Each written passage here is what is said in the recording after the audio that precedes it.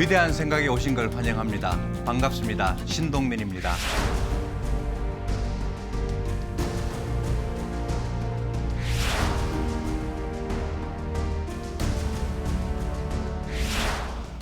오늘부터 시작해서 여러분들께 셀프노믹스라는 컨셉에 대해서 말씀을 드리고자 합니다. 셀프노믹스 생소하시죠? 각자 독립적이고 자주적인 경제 주체들이 운영해 나가는 경제를 얘기하는 게 셀프노믹스입니다. 여러분들한테 그 컨셉에 대해서 설명을 드리고 왜 세상이 이렇게 가는지에 대해서 말씀을 드리고자 합니다. 오늘 첫째 시간에서 먼저 우리가 여러분들하고 과거, 현재, 미래라는 타임라인을 가지고 서로 얘기를 해보고자 합니다. 우리가 변화라는 것을 인식할 때 스스로 변화가 할 수 있는데, 변화를 인식하는 가장 좋은 방법은 과거와 현재와 미래를 보는 것입니다. 특히 미래는 우리가 알 수 없기 때문에 과거의 역사적인 사실을 통해서 배우는 것이 가장 좋다고 생각이 됩니다. 그 변화라는 것이 우리 삶에서 항상 있어 왔지만 기본적으로 우리가 변화를 잘 느끼지를 못합니다. 우리가 지구 위에 서 있지만 지구가 돌고 있다는 것은 항상 변하고 있습니다. 그렇지만 우리는 그렇게 잘 못 느끼죠. 왜냐하면 그 변화라는 것은 항상 존재해 있기 때문입니다. 변화라는 것을 예전에 가장 많은 얘기를 한 사람이 있습니다. 여러분들 보시면 누구신지 짐작이 가시나요? 사진으로 봐서는 잘 모르시겠지만 찰스 다윈입니다. 찰스 다윈은 이렇게 말했습니다.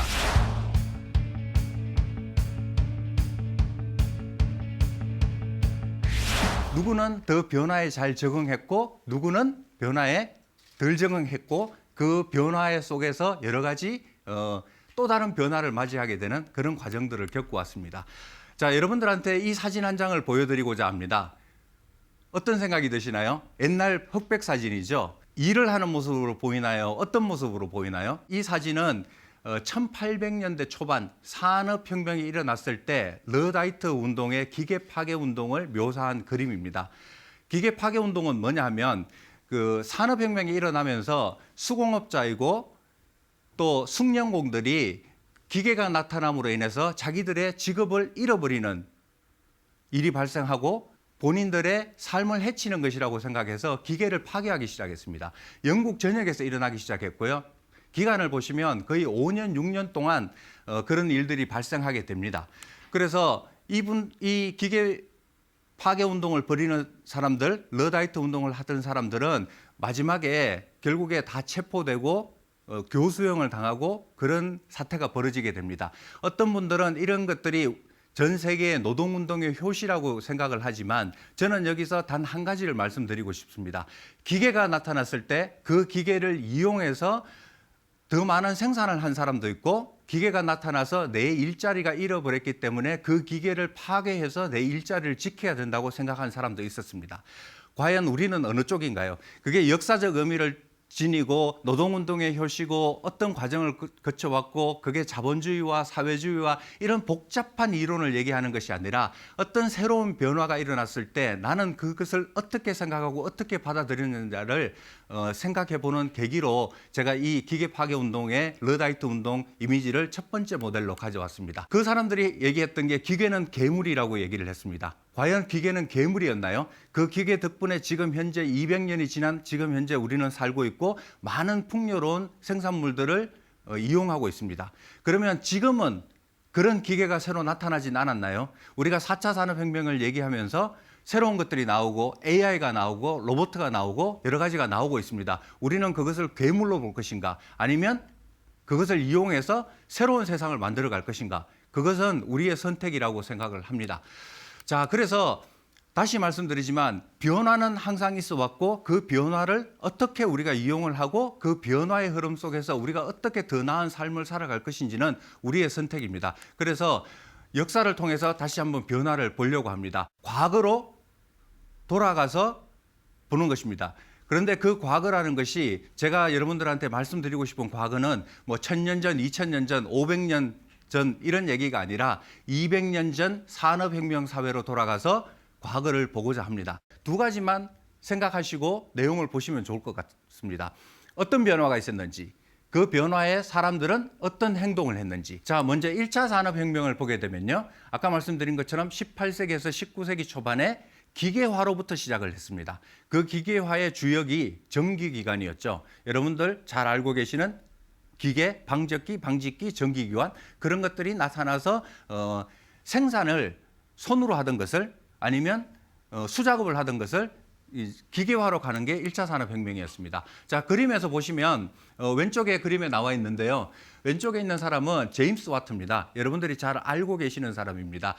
전기기관을 우리는 개발했다고 알고 있죠. 그렇지만 사실은 제임스 와트가 전기기관을 개발한 사람은 아닙니다.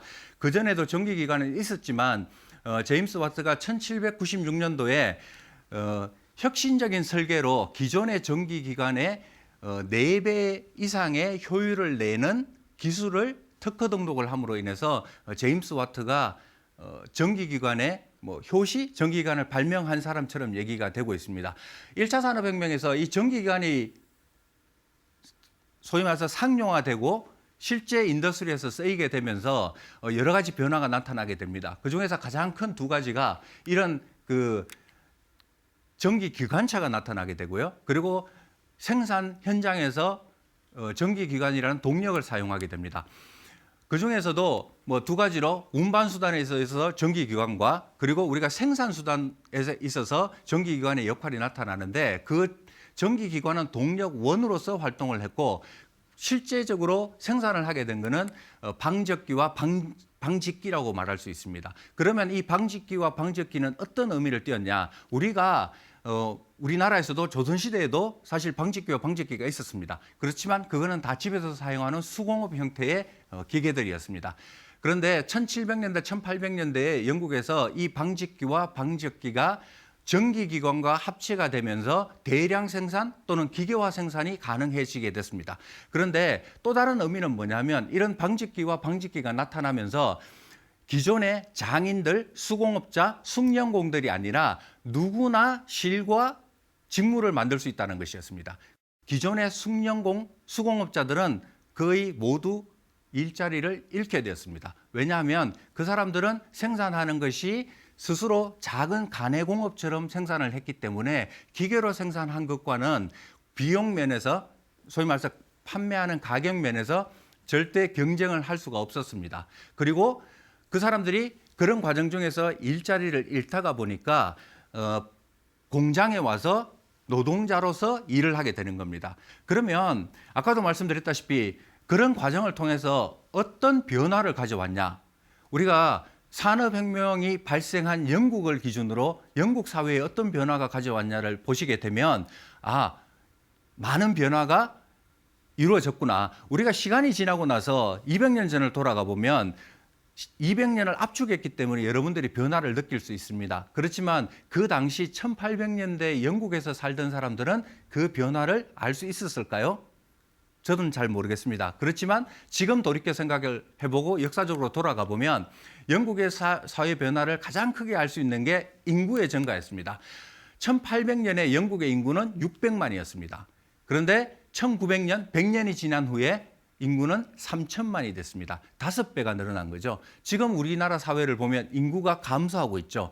인구가 5배가 늘어났다는 건 뭐냐면 먹고 살만해졌다는 얘기입니다. 먹고 살만해지지 않으면 인구가 늘어날 수가 없습니다. 그러면 어떻게 먹고 살만해졌냐? 1차 산업혁명을 거치면서 지금 보시는 전기기관차들이 발전하고 교통이 발전함으로 인해서 식량의 문제가 해결됐습니다. 식량이 남아도는 쪽에서 식량이 모자라는 쪽으로 이동을 하게 되고 전체적으로 식량의 배분이 발전하게 되고 기계가 발전하게 되면서 식량 문제가 해결됐습니다. 그리고 생필품의 충분한 공급이 이루어졌습니다. 자, 일례를 보자 이거죠. 예전에 산업혁명 이전에는 사람들이 겨울에 아주 얇은 옷만 입고 살았다고 합니다. 왜냐? 옷값이 비쌌기 때문에. 가난한 사람들은 옷을 살 수가 없었습니다. 가내 수공업자들이 만드는 옷이 하루에 1벌, 2벌 이렇게 만들게 되면 그 가격이 비싸질 수밖에 없었습니다. 그런데 산업혁명 과정을 거치면서 방직기와 방직기가 나옴으로 인해서 엄청난 양의 의복이 공급되게 됐습니다. 그래서 먹고 살만하고 입을 것도 생기고 인구가 당연히 증가하게 되겠죠. 그래서 사회 전체적으로 엄청나게 발전을 이루게 됩니다. 그 와중에 경제의 주역은 바뀌게 돼 있었습니다. 예전 산업혁명 이전에는 지주들이 경제의 주역이었습니다. 물론 그 지주들을 받쳐주는 농노들, 그리고 자영업자들, 숙련국들 그런 분들이 있었겠죠. 그렇지만 지주들이 몰락하고 공장주와 자본가로 이동을 하게 됐습니다. 사회적으로 보면 100년 동안 엄청난 변화를 겪었던 겁니다. 지금 우리가 100년을 되돌아보면 2020년에서 1920년을 되돌아보면 엄청난 변혁이 있었습니다. 그 당시의 사람들도 아마 그런 변혁을 느꼈을 겁니다. 변화는 인위적으로 느껴야 된다는 겁니다. 그러면 먹고 살만해졌다. 그렇게 해서 세상이 다 좋아졌냐? 꼭 그런 건 아닙니다. 항상 두 가지 작용이 동시에 일어나죠. 동전의 양면이 일어나는 거죠. 한편으로는 경제적으로 먹고 살만해지고 입을 것도 생기고 여러 가지가 좋아졌지만 노동자와 자본가가 뚜렷이 구별되기 시작하는 게 산업혁명을 기준으로 생각됩니다. 여러분들 여기 보여드리는 사진을 보시면 어떤 생각이 드나요?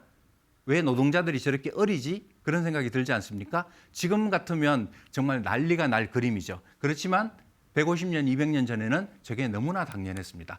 1833년, 200년 전이죠. 영국의 공장법을 보면 아동노동 규정이라는 법이 있었습니다.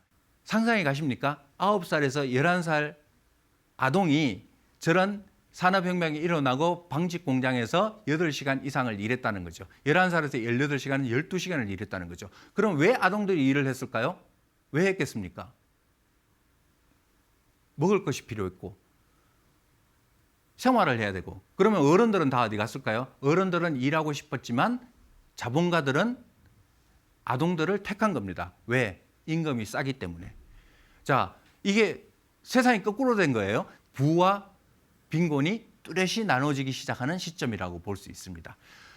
자, 1차 산업혁명은 그렇게 전기기관과 방적기, 방직기 같은 기계들과 공장화를 통해서 1차 산업혁명이 지나가고 이제는 2차 산업혁명으로 넘어가게 됩니다.